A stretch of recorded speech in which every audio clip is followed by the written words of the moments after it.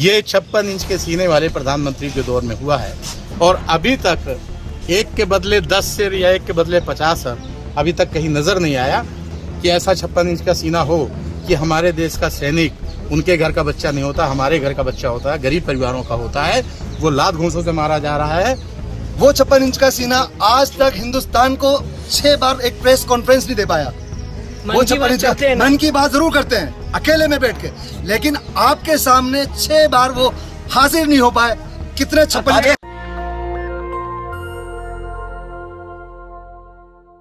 60 शब्दों पर रोक लगा दी गई, क्या कहना चाहिए? नहीं, सिर्फ शब्दों पे रोक नहीं लगाई गई, इसके अलावा भी रोक लगाई गई है कि जो लोग संसद के अंदर धरना प्रदर्शन या इस तरह की बातें करते थे वो भी अलाउड नहीं होगा। और उस पर अभी मैंने, शायद आपने कर्तव्य में सुना होगा, मैंने एक बात कही थी कि एक तरफ तो कहते हैं कि कोई भी धार्मिक कार्यक्रम वहाँ नहीं हो सकता, लेकिन अभी अशोक लाट जो है अभी संसद पे जो 3 शेरों का वो होता है उसका उद्घाटन भारत के प्रधानमंत्री जी ने किया और उन्होंने हिंदू धर्म की रीति रिवाजों का इस्तेमाल किया। तो ये दोहरी चाल है, ये दोहरी चाल नहीं होनी चाहिए।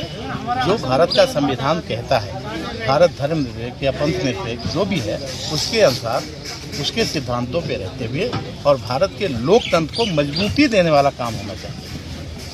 सर, अशोक स्तंभ की बात कही है आपने, तो अशोक स्तंभ का संसद के शब्दों पर रोक लगाने से क्या लेना देना है?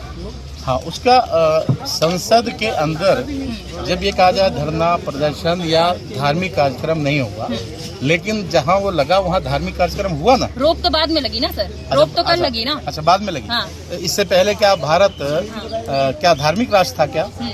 इससे पहले भारतीय संविधान में क्या भारत धार्मिक था क्या? भारत तो पहले से ही जो है पंथ निरपेक्ष था ना।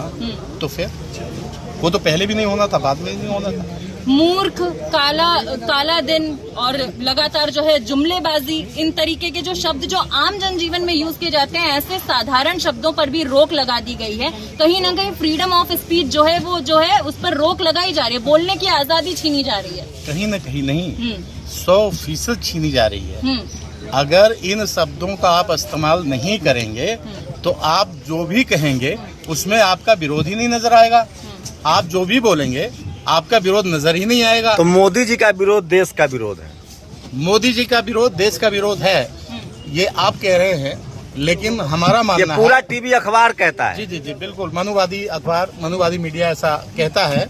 लेकिन भारत में बहुत सारे लोग भारतीय संविधान के अनुसार भारत को मजबूत करने के लिए काम कर रहे हैं। उसमें तमाम लोग हैं, जाति धर्म का कोई बंधन नहीं है, सब लोग मिलजुल कर काम कर रहे हैं। तो वो संघर्ष को जारी रखते हुए इस चीज को होने नहीं देंगे। तो मोदी जी से क्या आपत्ति है आप लोगों को? मोदी जी का दुनिया में डंका बज रहा है, चीन टाइट है। मोदी जी अगर कह रहे हैं कि हमको भगवान कहो तो कहिए।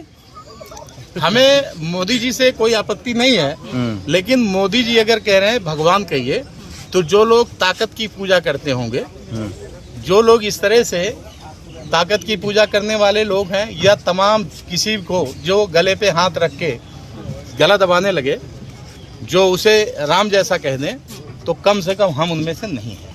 हमारी जान चली जाएगी, हम किसी भी हद तक हमारे साथ जुर्म जाती होगा, लेकिन हम सिर्फ एक ईश्वर की पूजा करने वाले लोग हैं।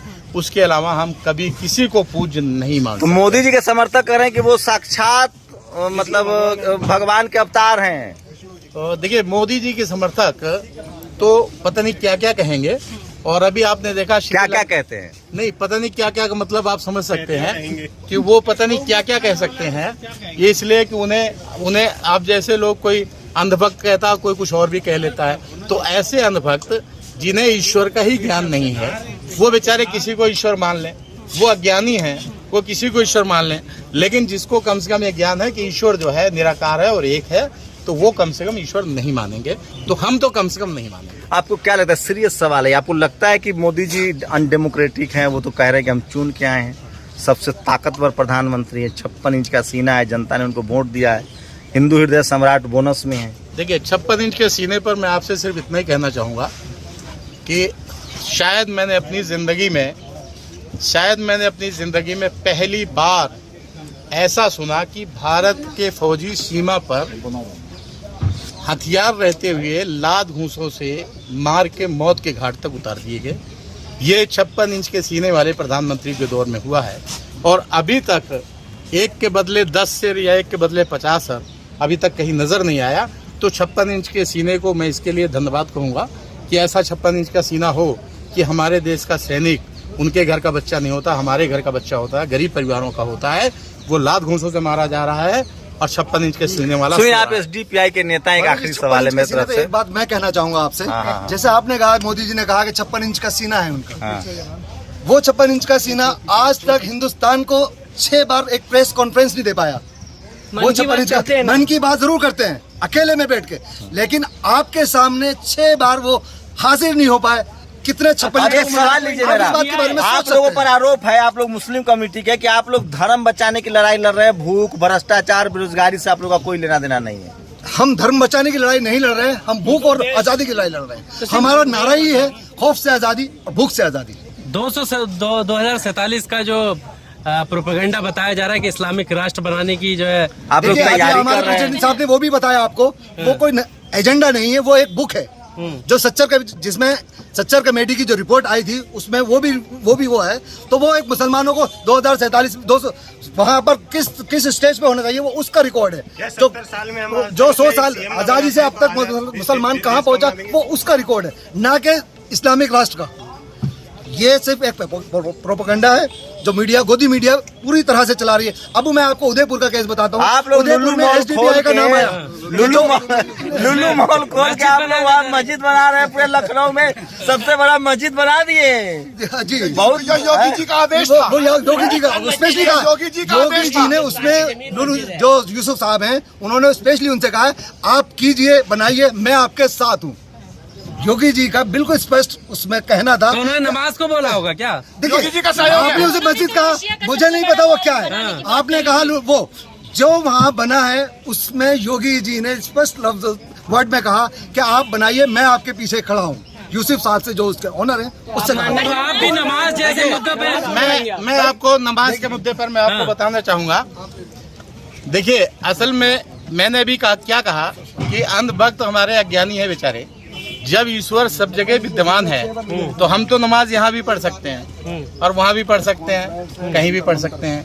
लेकिन जिनको ऐतराज है, जिनके लिए एक सीमित जगह है कि उनका वो इतने कुंठित मानसिकता के लोग हैं, उनका भगवान बहुत संकुचित है, उन्हें डर है, वो इस तरह का प्रोपोगंडा कर रहे हैं। आप लोग उनके साथ क्यों? चलिए मैं बाइंड अप करूंगा। एक चीज और देखी होगी, आपने देखा होगा जो मुसलमान है वो टेरोनमी नमाज पढ़ लेते हैं, तो ट्रेन मस्जिद बन गई क्या?